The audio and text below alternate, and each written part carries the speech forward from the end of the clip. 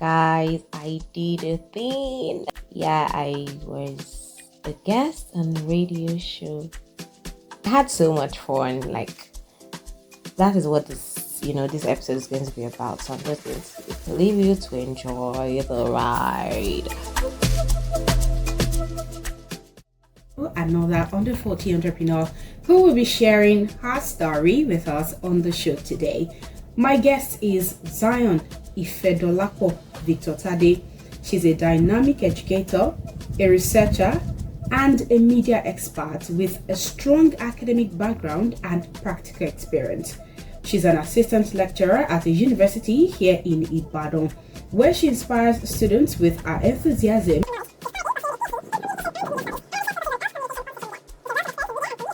She is a chartered member of the Chartered Institute of Personnel Management and holds certifications in. All right, now that's quite an impressive bio. I'm going to have to be truthful. So let's talk about how did this journey to all of this begin?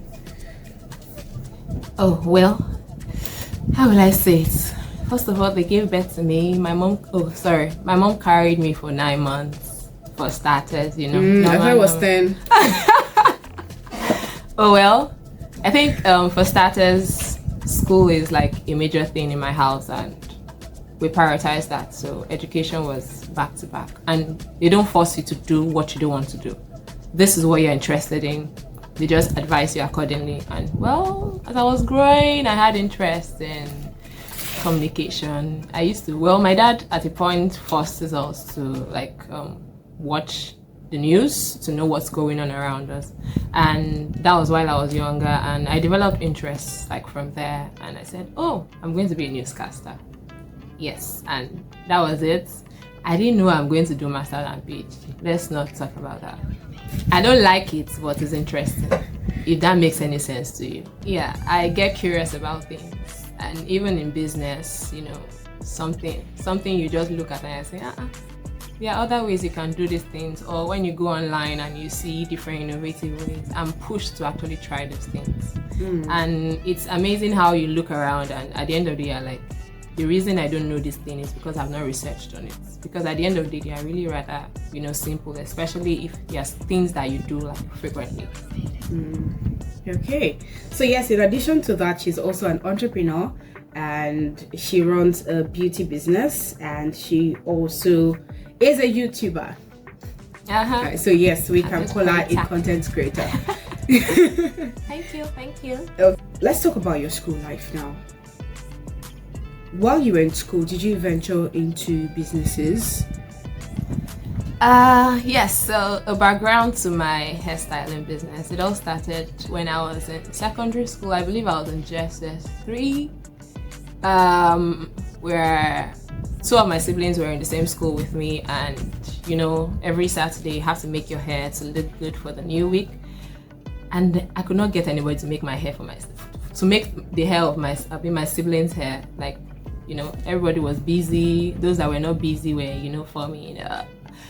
I don't know, I just couldn't get anybody and I got frustrated. I was annoyed. So let's say it was anger that pushed out the talent in me. So this is a line I always tell my students, that anytime you come across a challenge, the question is, how do you react to the challenge? So that challenge came and I just told my sister to sit down. I got a cotton comb and I started braiding her hair one, her natural hair, one. I had no idea how to do all back. I had no idea. I knew I had no idea. So the first week came and I just did it. It wasn't bad, but it wasn't too good. Of course, It was my first time. Second time came, third time. As at, a month down the line or thereabouts, I was getting people that wanted me to make their hair for them, because as I did it, the more, the better I became. And that's how I actually started, making hair for people. Of course, I was doing it free of charge. Fast forward to university days when a particular crochet came into, outside.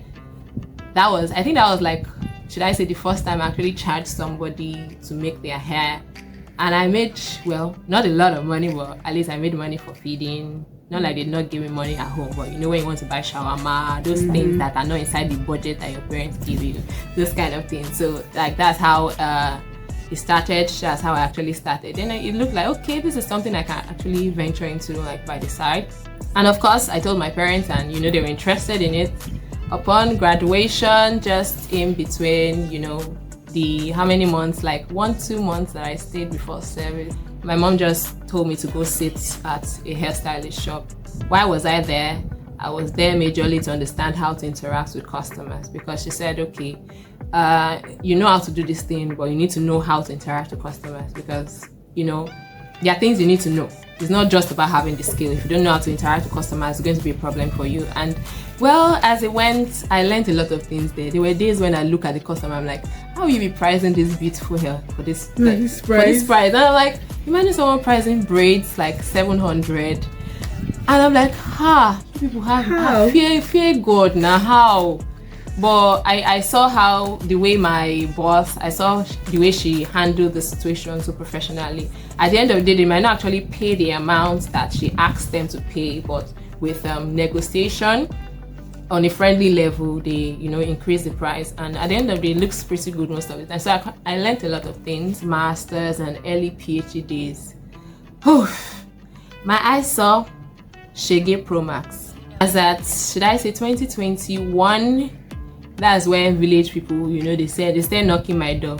But God said, no, it's not gonna happen. We always say something about personalized customer journey to make sure that, okay, you understand, you know, that you care for each and every one of them. That's why one slogan of one bank is one customer. Yeah, they know what they are doing. It's an approach to like let the customers know that every customer is a priority.